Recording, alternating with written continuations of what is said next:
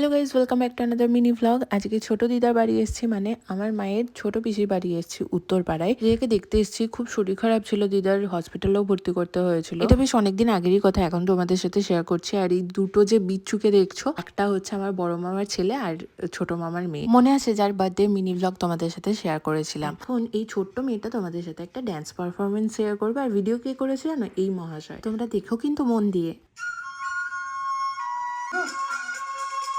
চাদর পড়ে या खड़ा कोई बारिश है